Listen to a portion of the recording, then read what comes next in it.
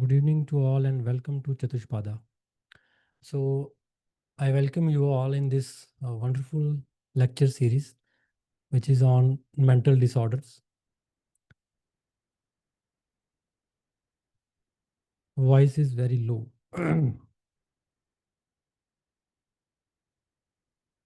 Is it okay now?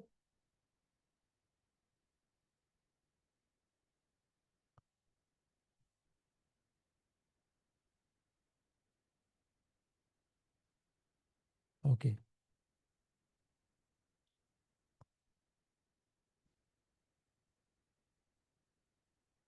Let me share my screen.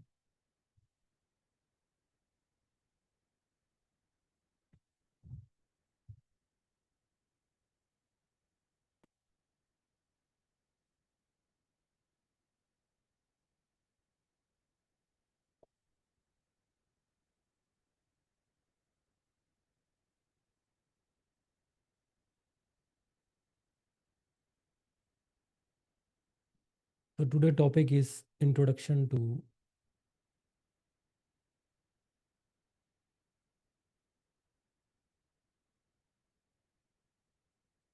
psychiatry.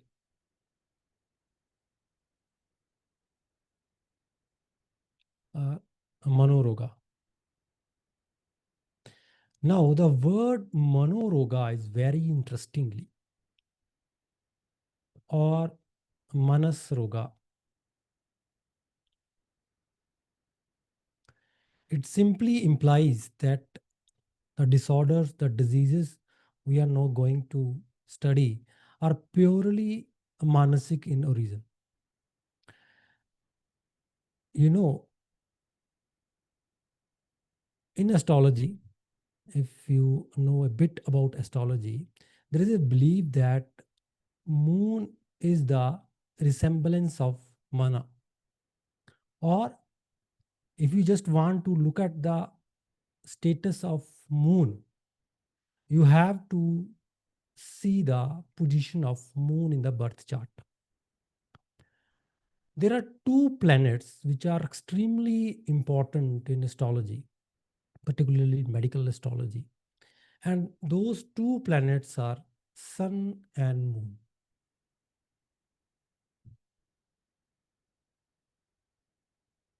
These two planets are extremely important and beneficial in order to assess the personality trait of the patient, in order to assess the emotional well being, mental well being of the patient. Now, I'm going to make these things simple. Basically, mana or moon is the barrier between you and the existence. This is you, your soul. This is the sun, or you can call it existence, God, nature. This is the powerhouse of the energy. Each and every energy which is flowing in the universe is flowing through the sun. Sun is the creator and sun is the godfather for all the other planets. And through moon, we take that energy. This energy passes through moon, and depending upon the placement of moon in your birth chart, this energy will either be magnifying in nature, or there will be ill effect of this energy. There will be some distraction, or there will be decrease in the frequency of this energy. Then the energy will pass on you. So sun means truth. Now coming back to the Ayurveda, if you just want to understand in Ayurvedic way, things are same, but the way we express the truth it varies. Sometimes we takes the help of astrology in order to understand the deeper truths of life. Sometimes we go through Ayurveda, through Tartama of dosha, through Sattva, in order to understand the things. But the truth remains the same. No, Ayurveda believes that mana is the mana do chintan vicharya, and all that calculation, all that illusion delusion is under the control of mana. Or you can say in simple words, mana, if it is cleared, mana, if it is cleared, devoid from any sort of impurity, and it is working fine in coordination with the, in sync with the buddhi, that simply means the soul, the atma, and the connection of buddhi is clear. Mana is position in between these two. So if mana is not functioning properly, mana is creating a barrier, then high chances are there you are not connecting with the reality of the world. You are not thinking in a original way. You are taking things in a wrong way. For example, perspective in psychiatric patients, in my experience, it's only the perspective towards the life which makes them suffer. You are thinking, you are taking the things in a original form, in a positive way, whereas the person sitting behind you or beside you, who's a psychic patient, looking at the thing in a different way. For example, if you just look around, or if you just can make a guess of a phobic patient, particularly the patient of chronic OCD. So in some patients, I have seen that patient uh, do things that, okay, these people are also talking for me. These people are uh, doing the things against me. They are betraying me. But in reality, might be those patients are not, those persons are not talking about uh, to that, to particularly that patient. So it's just a illusion, and you are seeing that thing in reality, but the patient is not able to think that things in a purest form. So there will be a blurred vision. I'm not saying about the ophthalmic vision. Blurred vision means perspective towards the other, perspective towards the truth has diminished, or it is malfunction. अब ये perspective जो है, चीजों को देखने का जो नजरिया है, वो विशिएटेड है. In psychic patient, in psychiatric patient, one thing remains the same, and that thing is that ki patient is not looking the things as it is. वो जो तथ्य है, वो जो साक्ष्य है, वो वैसे के वैसे नहीं देख पा रहा. उसका अपना देखने का नजरिया है. क्यों देखने का नजरिया है? बिकॉज मना इज गॉट विशिएटेड. अब जब मन विशिएटेड होता है, it means the pranic energy which should reach to your buddhi, which should reach to your body, is not reaching up to that level. And that hindrance in the pranic energy creates unmada, all type of unmada. और जो हम diseases कल से next lecture से discuss करने वाले हैं, whether it is ADHD, whether it is personality disorder, whether it is insomnia, lot of diseases we are going to discuss: schizophrenia, OCD, anxiety, panic attacks, postpartum depression. Lot of diseases are there. We have already placed those diseases in our syllabus curriculum. सभी diseases में एक चीज common होगी, you will find that there is hindrance in the perspective of the patient. Patient जो चीज जैसी है वैसे नहीं देख रहा, कुछ हो गया, गड़बड़ हो गई है, कुछ ब्लरिंग ऑफ विजन हो गई है. इसकी वजह से पेशेंट आपके समझाने पर भी आप बोलोगे कि यार नहीं, वो व्यक्ति आपके बारे में ऐसा नहीं सोचता है, आप गलत सोच रहे हो. वो आपकी चुगली नहीं कर रहा है, वो आपके बारे में गलत प्लानिंग नहीं कर रहा है, लेकिन still that patient will say no, वो मेरे बारे में बोल गलत कह रहे हैं, वो मेरे बारे में हंस रहे हैं, वो मेरे बारे में अच्छा नहीं सोचते, वो मेरे को हार्म करेंगे. So that perspective, that thinking, that attitude is happening because of the disturbed mana. Now,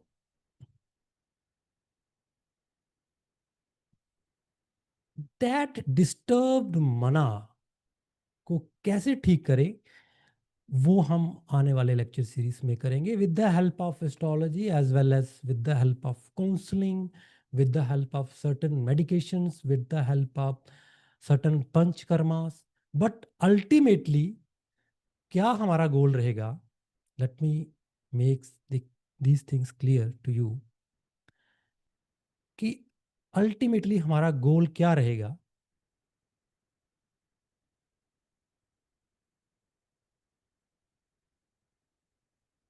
हम चाहे किसी भी तरीके से चीज़ों को समझे, चाहे हम मेडिकल एस्ट्रोलॉजी से चीज़ों को समझे, चाहे हम सत्व रजस तमस के बेस पे समझे, whether we will discuss it on the शारीरिक दोषा और मानसिक दोषा or on the basis of astrology, only one things remain the same, that we have to clear the mana of the patient.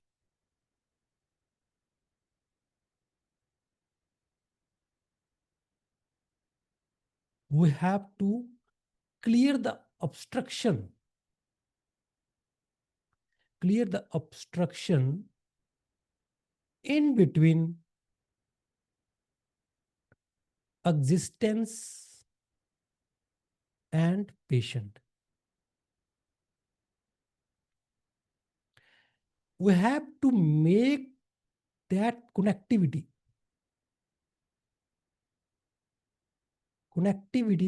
with the external environment which is malfunctioned now. अगर आप इस lecture के बाद में अगर बैठ के सोचोगे तो you will find that this is all what we are doing. We are just bringing the patient into the consciousness. So, bringing the patient into the consciousness कह लो, या इन आयुर्वेदिक वर्ड प्रज्ञा कह लो, और establishment of धी, धृति and smriti.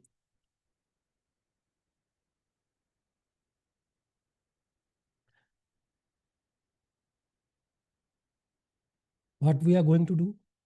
We have to clear the mana of the patient.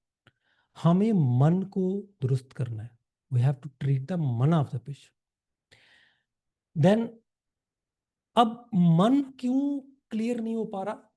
Lot of other factors are there. Moon sign क्या है patient का? Moon sign कौन सी राशि में प्लेस्ड है? क्या ऑब्स्ट्रक्शन है सन और मून से? सन कितनी दूर प्लेस्ड है मून से? कितनी पावर है मून में? कितनी अफ्लिक्शन है मून की? वो सारे हम तरीके देखेंगे, because we have to remove the obstruction. And here is the catch. Sometimes we do generalized treatment for Manasik Roga. We don't dig deep in the pathophysiology of Manasik Roga because we itself don't know how to tackle such cases. But with the help of medical astrology, things are going to become simple. So moon की placement कैसे अच्छी करनी है? What are the few remedies, simple remedies Those remedies you can ask the patient to do. Few lifestyle changes, few perspective changes, that all comes under the category of counseling, remedial measures,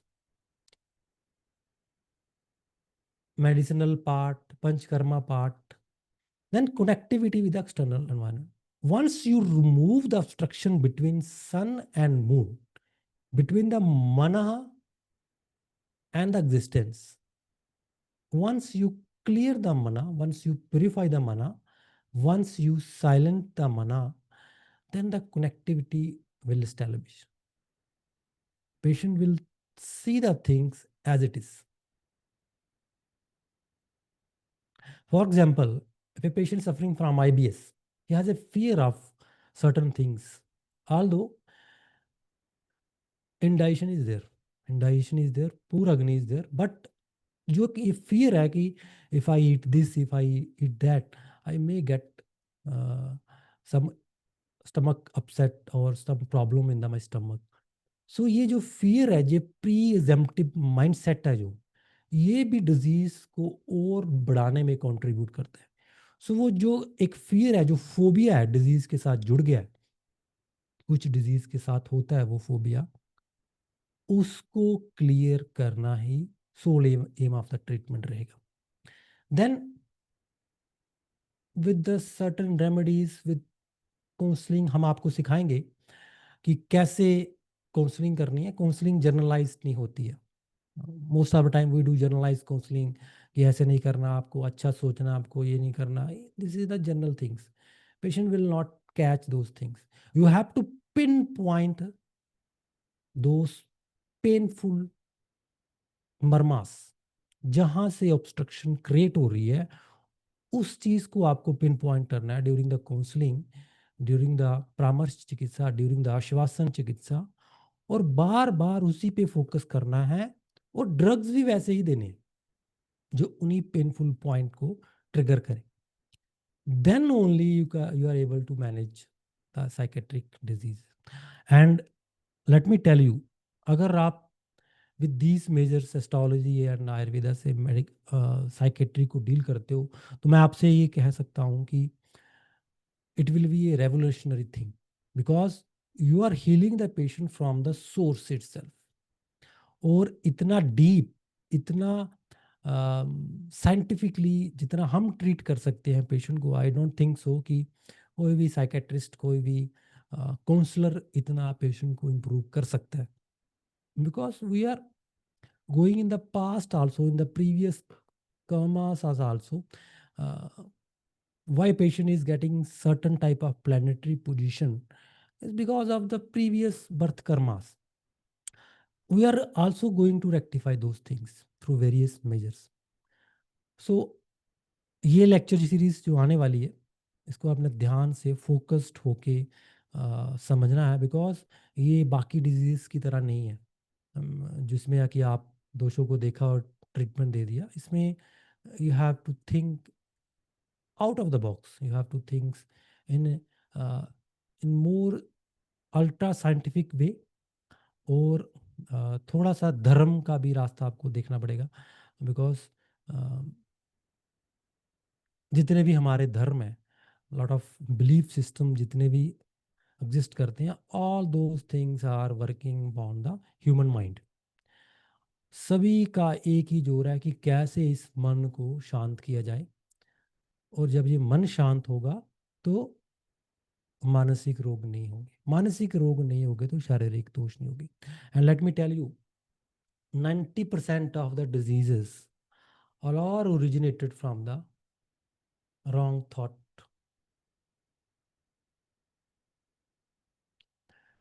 thought ही पदार्थ बनते हैं. जो भी thought आप लेते हो, आपके पास जो बॉडी मिली है आपको, the body which you are carrying right now is nothing but the some calculation of certain thoughts thinked million of times.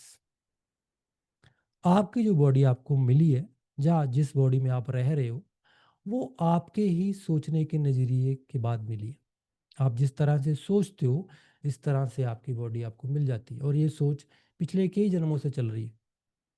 हमें जो प्रकृति मिलती है वो हमारी सोच के अकॉर्डिंग ही मिलती है। आप देखना, जो अच्छे हष्ट पुष्ट रहते हैं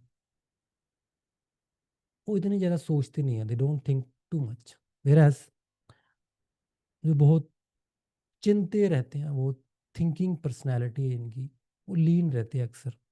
और आप थोड़े से अगर कॉन्शियस हो तो you can easily make a point that this patient thinks too much, this patient is over conscious, over sensitive. Whereas the on the other hand, the patient which is healthy, which is little bit in obese in nature, कफज in nature, don't thinks too much. और दोनों के perspective में फर्क दिखेगा आपको। एक side वातज है और एक साइड कफज है। सेम सिचुएशन आप दोनों के सामने रख दो, दोनों के सोचने का, उस सिचुएशन को देखने का नजरिया अलग अलग होगा। हालांकि रियलिटी जो है वो है, लेकिन दोनों दोनों अपने तरीके से सोचेंगे। सो जो तरीका है सोचने का, चीज़ों को देखने का, उसी के बेस पे हमें अपना शरीर मिलता है और उसी के बेस पे हम आगे कंटिन्यू करते हैं। और हर एक लाइफ में there is opportunity to change that belief system. That's why in rasayan chikitsa acharyas do believe that vaidyatva is incomplete unless you land up in dwijata. Means द्विजता के बाद ही आप एक अच्छे वैद्य बन सकते हो। द्विजता का मतलब यह है एक दूसरा बर्थ। अब इसका मतलब ये नहीं है कि आप अब इस जन्म में हो और आपका दूसरा जन्म हो जाएगा, वैसा नहीं है। Means the birth of your new mind. जो सोच आपकी पहले थी वो अब वैसी नहीं रही है। It means you are moving towards the dwijata, you are moving towards the evolution. Acharya Charaka is talking about that evolution, that correction. जो सोच आपकी आज से 10 साल पहले थी या 1 साल पहले थी, चीज़ों को देखने की नज़रिया जो आपका पहले था, पेशेंट देखने का भी, डायग्नोस करने का, वो इवॉल्व हो रहा है और उसमें रेक्टिफिकेशन हो रही है। That rectification, that refining is what we call dwijata. And patient के लिए तो बाद में है, लेकिन पहले तो वैद्य के लिए बहुत ज़रूरी है। सो दिस लेक्चर सीरीज बहुत एक इंटरेस्टिंग लेक्चर सीरीज होने वाली है, बिकॉज ये वैद्यों के इटसेल्फ, उनकी एवोल्यूशन के लिए, उनकी माइंडसेट के लिए, उनके पर्सपेक्टिव के लिए बहुत ज़रूरी है। Because if your perspective, if your vision is not up to that mark, if your vision is not right, if your vision is not cleared, then you are not able to identify the dosha. If your vision is itself afflicted with the dosha, then how you can make a diagnosis of a ill patient? High chances are there you will misdiagnose that patient. अगर आपकी अपनी ही vision आक्रांतित है, अपनी ही vision दूषित है, आप खुद ही stable नहीं हो, आप कैसे डिजीज का डायग्नोस बना लोगे? क्योंकि आप वही देखोगे जो आपका मन ना दिखा रहा है। You will not look into the reality. जो चीज़ें वैस जैसी हैं वैसे नहीं देखोगे आप। फॉर एग्जांपल, अगर आप पैथिक दोषों से आक्रांतित हो, पैथिक दोषों से प्रभावित हो, बहुत पैथिक है आपके अंदर, रजस बहुत चल रहा है, तो आप हर एक पेशेंट वहीं देखोगे, आपको रजस ही दिखेगा, आपको पैथिक ही दिखेगा। पेशेंट कफज का भी आएगा, आप 35 का ही उसको लगा के 35 का ही डायग्नोस बना दोगे। आप कहीं ना कहीं पित्त घुसा ही दोगे उसके बीच में, because you are living with the pitta, you are living with the rajasi guna, you are itself not in the state of sattva, you are itself not in the state of balanced dosha. How you can make a diagnose? इसलिए बार बार गलतियां होती हैं, diagnose में गलती होती है। और ये बात शारीरिक दोष की। अब how you can catch the mansik dosha which is very deep, which is very sensitive? Picking up the mansik dosha, making the diagnose on manoroga is not that simple as compared with the sharirika dosha, because sharirika dosha are the visible doshas. Now the thought has been transferred into padartha. But manasik dosha are the invisible doshas. You have to dig deep. You have to go ultra subconsciously. For that, you have a good mind. Your sattva should be in a upper state. Only then you can make the diagnosis. So आने वाले lecture series में मैं आपको थोड़ा सा एक homework भी देता हूँ, सो दैट कि नेक्स्ट लेक्चर सीरीज से हम एक अच्छे तरीके से चीज़ों को और समझें. Those who are new to medical astrology, मैं उनको एक होमवर्क देना चाहूँगा. आप मून के बारे में थोड़ा सा पढ़िए, ज़्यादा नहीं. There is no need to go too much deep into astrology. Just understand the moon, the behavior of moon. थोड़ा सा ये समझिए कि मून क्या है एस्ट्रोलॉजी में.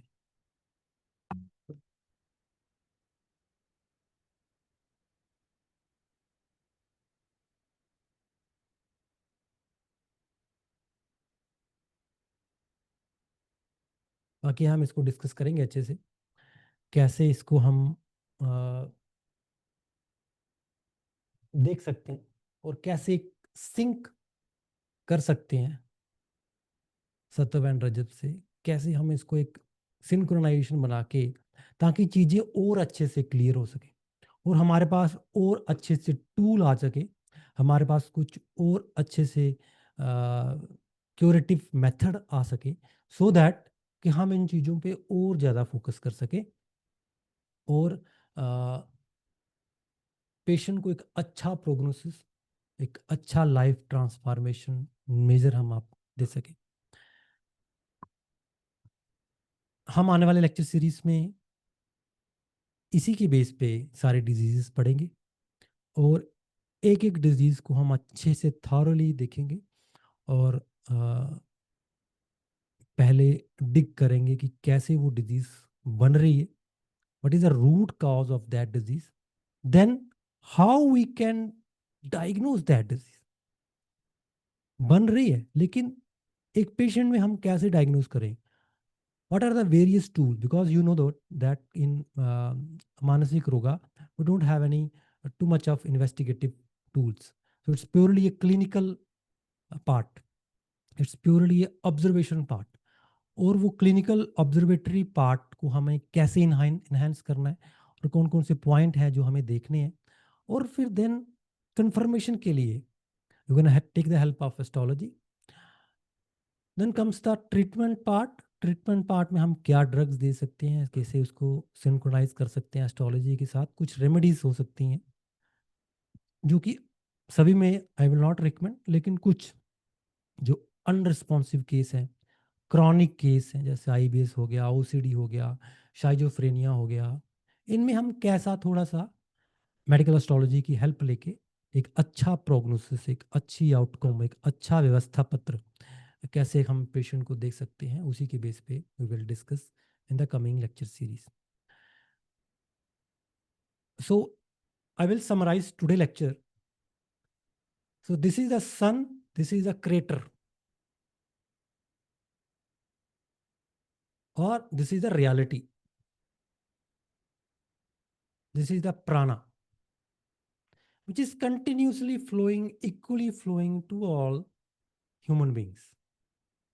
Why someone is getting more, why someone is getting less, it's purely based on the mana status of the patient, means moon status of the patient. If your mana is clear, if you are, it is free from any ill devoid things, you will get all those pranic energy from the existence, because you know the truth. But on the other hand, if your mana is not clear, it is vitiated with the rajasa or tamasa, then very few chances are there that you will get uh, ill things, you will get less pranic energy, you will be less connected with the reality, you will be less connected with the creator, existence, God itself. So एक जो barrier है जो मन का, इसको correction करना ही सारी astrology है, मेडिकल एस्ट्रोलॉजी है, सारी साइकेट्री है, और सारे धर्मों का सार यही है. So this is all about introduction to medical astrology. I hope I have justified this topic. If you have any question regarding this today introductory part, you can ask me now. ज़्यादा deep नहीं जाना, हमें ज़्यादा calculation नहीं करनी. मैं हर चीज़ को simplify करके बताता हूँ, बिकॉज इन द एंड जब हम ट्रीटमेंट करने पे आते हैं तो we oftenly remember few things. हम कोई लंबा चौड़ा संप्राप्ति नहीं याद रख पाते, और लंबी चौड़ी संप्राप्ति याद रखना itself A complicated thing. It simply means you have not understood the things in a simple way. अगर मैं चीज़ों को सिंपलीफाइड करके आपसे बता रहा हूँ, इट सिंपली मीन्स कि मुझे चीज़ों का पता है, मैंने हर चीज़ को ब्रॉडली करके नट शेल पे ला दिया है, सो दैट कि चीज़ें बिल्कुल क्लियरली विजिबल हो सके. यही साइकेट्री है, इससे बाहर कुछ नहीं है. और इस मन को करेक्ट करने के जो तरीके हैं, जो विस्तार है, जो रेमेडियल मेजर्स हैं, वही ट्रीटमेंट का पार्ट है, वही साइकेट्री है, वो फिर विस्तार है, लेकिन रूट यही रहेगा. So if you have any question you can ask me now.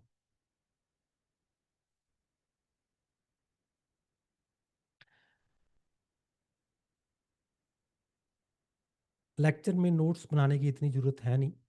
आप ये लेक्चर आपका प्रोबेबली 1 ईयर तक है, आप बार बार सुन सकते हैं इसको अपने हेडफोन लगा के. हाँ, कुछ अगर आपको ट्रीटमेंट के पॉइंट्स, अगर जैसे हम ड्रग्स डिस्कस करेंगे तो आप लिख सकते हो. और कॉन्शियस होके पढ़ना है, बिकॉज हम असाइनमेंट्स लेंगे बीच में, और लास्ट में हम केस डिस्कशन भी करेंगे. इन लेक्चर भी हम फॉलोअप लूँगा मैं आपसे. तो एक कॉन्शियस होके, प्रज्ञावान होके ये लेक्चर सीरीज करनी है, बिकॉज दिस लेक्चर सीरीज प्रज्ञावान होके ही समझी जा सकती है. बाकी जो हम पीछे करके आए हैं, जो डिजीजेस हम देख के आए हैं, उनमें आप थोड़ा बहुत ऊपर नीचे हो भी सकते थे तो कोई बड़ी बात नहीं थी, लेकिन इस लेक्चर सीरीज में you have to do ultra conscious things. तो अगर कोई क्वेश्चन है तो पूछ सकते हैं. बाकी आपको अपनी प्रज्ञा कैसे इंक्रीज करनी है, उसके लिए मैं आपको कुछ मेजर्स बताऊंगा. बिकॉज अगर आपका ही अपना सत्व अच्छा नहीं है, तो अगर आपकी एनर्जी लो है, आप इरिटेटेड हो, then you are not going to do the justice with the patient, है ना. Ultimately it's all about energy. कितनी एनर्जी आपके पास है और आपकी एनर्जी कहाँ लीक हो रही है ना. उस चीज़ को पकड़ना है, उस चीज़ को फाइंड आउट करना है. देन आप जितना मर्जी भी काम करोगे, आप डाउन नहीं जाओगे, आपकी एनर्जी लो नहीं होगी, है ना. तो वो सारे हम आपको बताएंगे, सो दैट कि हमारे वैद्य भी अपलिफ्ट हों. स्टार्टिंग आपसे ही होगी. आप अपलिफ्ट होगे तो ही पेशेंट का बेटरमेंट आप कर पाओगे. So this will be the final call. अगर कोई किसी को क्वेश्चन है तो पूछ सकते हैं, हैंड रेज कर सकते हैं, चैट बॉक्स में लिख सकते हैं. There are multiple ways to ask the question. इसके बाद भी अगर लेक्चर ओवर हो जाता है, you can ask in the discussion forum, और you can ask in the WhatsApp group.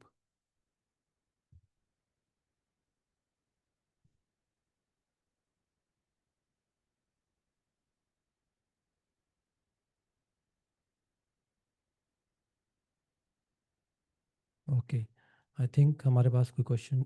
Okay, I have a question. Sir, few will have direct depression, few will have depression as comorbidity, maybe due to insulin. हाँ, वो हम discuss करेंगे ना. क्योंकि जिनका सत्व कम है, आचार्य चरक बोलते हैं, जो भीरू पेशेंट है, उनको छोटी सी डिजीज भी होगी तो वो उन्माद में आ जाएंगे. जो भीरू पेशेंट है, जिनका सत्व कम है, जो ऑलरेडी प्रोन है, वो पेशेंट ऑलरेडी प्रोन था, डिजीज हो गई तो वो ढह गया. ऑलरेडी अंदर वीकनेस थी, आपने धक्का मारा, वो ब्रोकन होगी. तो चीज़ें ऑलरेडी अंदर चल रही थी. कुछ पेशेंट ऐसे होते हैं उनको बड़ी सारी डिजीज हो जाती हैं, लेकिन सत्व अच्छा रहता है. लेकिन कुछ ऐसे होते हैं कि थोड़ा सा हल्का सा सर्दी जुकाम भी हो जाए तो डाउन हो जाते हैं. तो प्योरली डिपेंड्स अपॉन द सत्व ऑफ द पेशेंट, वो हम देखेंगे, कोमॉर्बिडिटी वाला भी हमारा एक लेक्चर है, वो हम उसमें डीपली डिस्कस करेंगे। आई थिंक उस टॉपिक का नाम है कि may be psychic disorder due to comorbidity, वो भी हम डिस्कस करेंगे। Can we identified through, yes, astrology and Ayurveda. Astrology तो एक सुपर साइंस है, अगर आपको एस्ट्रोलॉजी यूज़ करने आ गई, मेडिकल एस्ट्रोलॉजी, तो आप जो नॉर्मल लीग है वैद्यों की, उनसे हट जाते हो। And let me tell you, it is a wonderful science, और ऐसे रेमेडियल मेजर आपको देगी जो कि कई बार आपको लगता है कि ड्रग्स से हम नहीं कर पा रहे हैं, ड्रग्स थोड़े से कमी रह रही है, और हमारे आचार्यों ने भी इनका यूज़ किया है। चाहे वो ग्रह बाधा शब्द हो गया हो, ग्रह अनुमाद हो गया, ग्रह बाधा का शब्द बार बार यूज़ किया गया। Graha badha simply means any malform planetary position, any disturbed planetary position, any malefic planetary position which is creating hindrance between sun and moon, है ना। वो एक प्लानिटरी पोजीशन जो पेशेंट को इरिटेट कर रही है, ऑब्स्ट्रक्शन कर रही है, वो pending karma, in medical astrology that is called pending karma. Pending karma are usually referred as the obstruction, srotovarodh. Pending karmas are usually referred as the srotovarodh. For example, if someone has a pending karma of uh, giving donation to the gurus, if someone has a pending karma of related to the Jupiter planet, so जब तक वो patient नहीं करेगा ऐसा, तब तक दुखी रहेगा। वो कर रहा होगा ऐसा, क्योंकि जैसे हमें प्रॉब्लम आती है हम उसका सोल्यूशन भी ढूंढते हैं, कर रहा होगा वो, लेकिन इतने मन से नहीं कर रहा होगा। जैसे आप उसको ट्रिगर करते हो कि नहीं भाई, you have to do this thing, then only you can become happy. अब वो करेगा, कॉन्फिडेंस से करेगा, श्रद्धा से करेगा, तो रिजल्ट अच्छे आएंगे। This is all about medical astrology. Yes sir, I have moon plus moon and Saturn is a wish yoga, the worst combination of moon. Who is telling me the name is not visible, sir? The question is, yes sir, I have moon plus Saturn in 4th house, I always has mild depression. Moon and Saturn is a wish yoga, and also sun plus Ketu in 12th house, so both sun and moon are afflicted. देखिए, Saturn और moon, Chandan here sir, Saturn and moon, Saturn जहां पे भी बैठेगा ना, या जहां पे दृष्टि डालेगा, विषाक्तता लेके आता है, विषाक्तता, विष क्रिएट करता है। सैटर्न और मून जिन पेशेंट्स का होता है, पर्टिकुलरली इन द 3rd और 6th हाउस, मदर की वजह से उनको दिक्कत आती है। मदर उनकी, चाहे मैरिड लाइफ होगी या किसी भी लाइफ में, थोड़ा सा दिक्कत क्रिएट करती है। दिक्कत ऐसा कि उनके साथ डायरेक्ट कॉन्फ्लिक्ट नहीं होता, लेकिन through mother your life will be, we are going to get disturb. अब ये सैटर्न और मून का जो कॉम्बिनेशन है, ये रियलिटी से दूर रखता है आपको, खुश नहीं रहने देता, लगातार आपकी लाइफ में विषाक्तता, विष घोलता रहता है। Means you over think, you do things in a different way, आप चीज़ों को, रियलिटी को एज इट इज समझते नहीं हो। पॉइजन धीरे धीरे आपकी लाइफ में आता रहता है। लेकिन सिंपल कुछ रेमेडीज ऐसी हैं, बिकॉज मून की अगर रेमेडी आप पूर्णिमा और अमावस्या वाले दिन कुछ रेमेडीज करो, तो काफ़ी रिजल्ट आपको अच्छे मिलेंगे। और दूसरा, जब आपको ये पता चल जाए कि मेरी ऐसी प्लानिटरी पोजीशन है, तो आधी बीमारी तभी ठीक हो जाती है। Acceptance is the biggest remedy. ठीक है, मान लिया मुझे मिला है ये प्लानिटरी पोजीशन, तो मैं चीज़ों को ऐसे देखूंगा, ये मेरे अंदर है ये चीज़, ऐसा मानना ही, बुद्ध कहते थे, जब आप मान लेते हो चीज़ों को कि okay, this is the fate of my life, और rather I would say not fate, this is the obstruction in my life. आपको पता चल जाए यार ओके, ये मेरी ऑब्स्ट्रक्शन है, मुझे पता है ये मेरी वीकनेस है, तो फिर क्या होगा कि आप फ्रस्ट्रेट नहीं होगे, आप दूसरे पर ब्लेम नहीं करोगे, और धीरे धीरे over a period of time आप उसको रेक्टिफाई करने पे उतरोगे।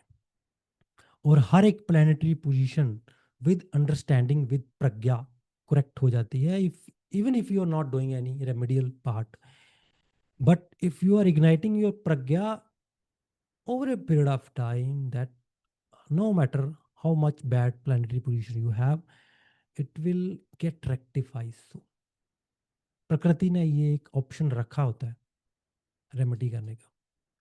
सॉर इट इज परमानेंट और temporary this moon Saturn together in one, ये परमानेंट ही रहता है, आपको इसको थोड़ा समझना पड़ता है और कुछ रेमेडीज करनी पड़ती हैं, फिर इसके इल इफेक्ट कम होते जाते हैं। Basically it's a personality trait. अब सैटर्न मून्स मतलब आपकी जो मानसिक प्रकृति है वो है ये। प्रकृति के साथ जीना पड़ता है, प्रकृति को बचाना पड़ता है, उसके अंगेंस्ट कुछ करना पड़ता है। For example, if you got a vataj prakriti, अब क्या है, you have to live with the vataj prakriti, but remedies are there. You have to do tel abhyanga daily, you have to take vasti once in a year, you have to eat ghee, you have to eat tela, you have to keep your mind in a calm way। आपको पता चल जाएगा कि ये खाने मेरे लिए अच्छे हैं, ये बुरे हैं, इनसे मुझे बचना है, ये वेदर मेरे लिए अच्छा है, ये बुरा है, इससे मुझे बचना है। सो आप उस प्रकृति को बचाते चलते हो। जैसे आपको पता चला सन और मून, सन और सैटर्न और सन इकट्ठे हैं, तो मुझे क्या हो सकता है और मुझे क्या इसके अगेंस्ट करना चाहिए, कैसे मेरी सोच हो सकती है और मुझे वैसा नहीं सोचना है, और कौन कौन सी रेमेडीज करते जाना है, बार बार अपने आप को जताना है। ये कॉन्शियसनेस डेवलप करना, यही रेमेडी है। चेंज नहीं होती, जो चीज़ आपको मिल जाए वो चेंज नहीं होती, आपको उसके साथ एडजस्ट करना पड़ता है, उसके इल इफेक्ट को कम करना पड़ता है।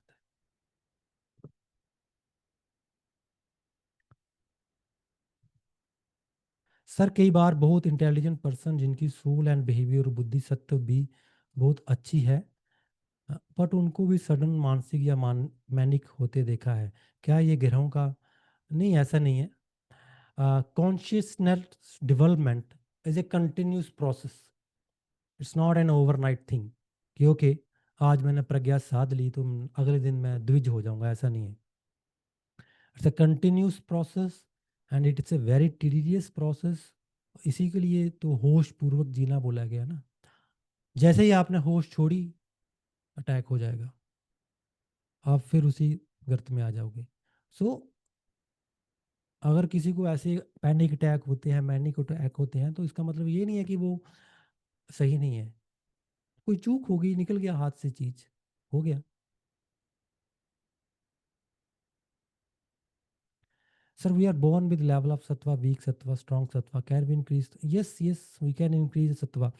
यू नो, हमारे नक्षत्र हैं, चार चार पाद नक्षत्र हैं, और हर एक नक्षत्र की एक खासियत है कि आप वहां से एकदम से अपने आप को ट्रांसफॉर्म कर सकते हो। आप चाहे जितने भी बुरे नक्षत्र में पैदा हुए हो, आप चाहो इमिडिएटली ट्रांसफॉर्मेशन कर सकते हो, इमिडिएटली अपने आप को सही कर सकते हो। ये एक ऑप्शन प्रकृति ने छोड़ के रखा हुआ है। आप चाहो तो तभी अपनी लाइफ को सही कर सकते हो, पर आप चाहो तो। हम चाह नहीं पाते, आज चाहते हैं कल भूल जाते हैं, परसों भूल जाते हैं, अभी चाहेंगे आधे घंटे के बाद भूल जाएंगे। सो वो जो चाह जितनी आपके अंदर स्ट्रांग है, जितनी विल पावर आपके अंदर स्ट्रांग है, रास्ते आपको मिलते जाएंगे। You will get that various remedies, उपाय, अच्छे अच्छे लोग आपको मिलते जाएंगे जो आपकी हेल्प करेंगे। पर विल पावर होना जरूरी है। अगर आपको पता ही नहीं है कि मेरे साथ क्या गड़बड़ है, मैं क्या हूँ, मैं हूँ क्या, मेरी क्या प्रकृति है, मेरी क्या मानसिक प्रकृति है, क्या मेरे पॉजिटिव्स हैं, क्या मेरे नेगेटिव्स हैं, क्या मेरी स्ट्रेंथ है, क्या मेरी वीकनेस है, कहाँ मैं कमज़ोर हूँ सोचने के मामले में, कहाँ मैं स्ट्रांग हूँ। अगर आपको पता ही नहीं है तो फिर तो कोई रेमेडी आएगी नहीं ना।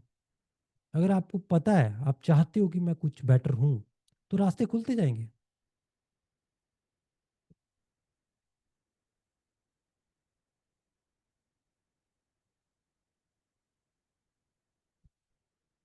कोई और क्वेश्चन?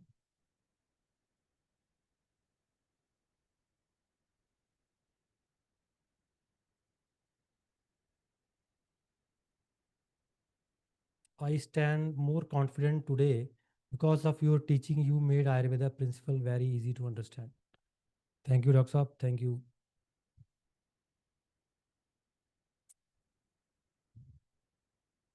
आप मेरे पास आए क्योंकि आपकी चाह थी, आप चाहते थे कि अच्छा आयुर्वेद सीखें, अच्छा लर्निंग करें, चीज़ों को अच्छे समझे, तो वो चाह ही आपको मेरी तरफ लेके आई। सो शिष्य गुरु को ही चुनता है ना। हम ढूंढ लेते हैं जो हमें हमारे लिए अच्छा है ना, हम ढूंढ लेते हैं, उसके पास खींचे चले जाते हैं, लेकिन वो चाह होनी चाहिए। और मैक्सिमम लोगों में चाह ही नहीं है, वो लोगों को पता ही नहीं है कि क्या चीज़ उनके लिए अच्छी है, क्या उनके लिए बुरी है, बस भटक रहे हैं, इधर उधर घूम रहे हैं, बस टाइम पास हो रहा है और कुछ नहीं। So with that note I think it's the right time to quit this session. This will be the final call.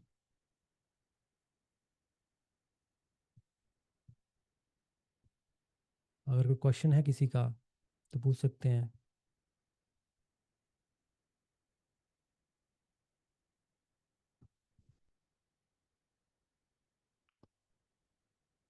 Okay then. सो परसों से हम डिजीज़ स्टार्ट कर देंगे. सो जिन लोगों ने अभी तक इनरोल नहीं किया वो भी कर सकते हैं, बिकॉज ये लेक्चर हम लाइव डालेंगे यूट्यूब पे. जो भी आपके आसपास भी अगर कोई वैद्य इंटरेस्टेड है, do recommend, because we are here to propagate the Ayurveda, so that कि रियल आयुर्वेदा ट्रांसफॉर्म हो, रियल आयुर्वेदा ट्रांसफ़र हो, एज इट इज़ आयुर्वेदा जो हमारे आचार्यों ने प्रैक्टिस किया, वहीं एक कोशिश मैं कर रहा हूँ. सो with that note I will take my leave. So thanks to all for joining this session. Good night to all.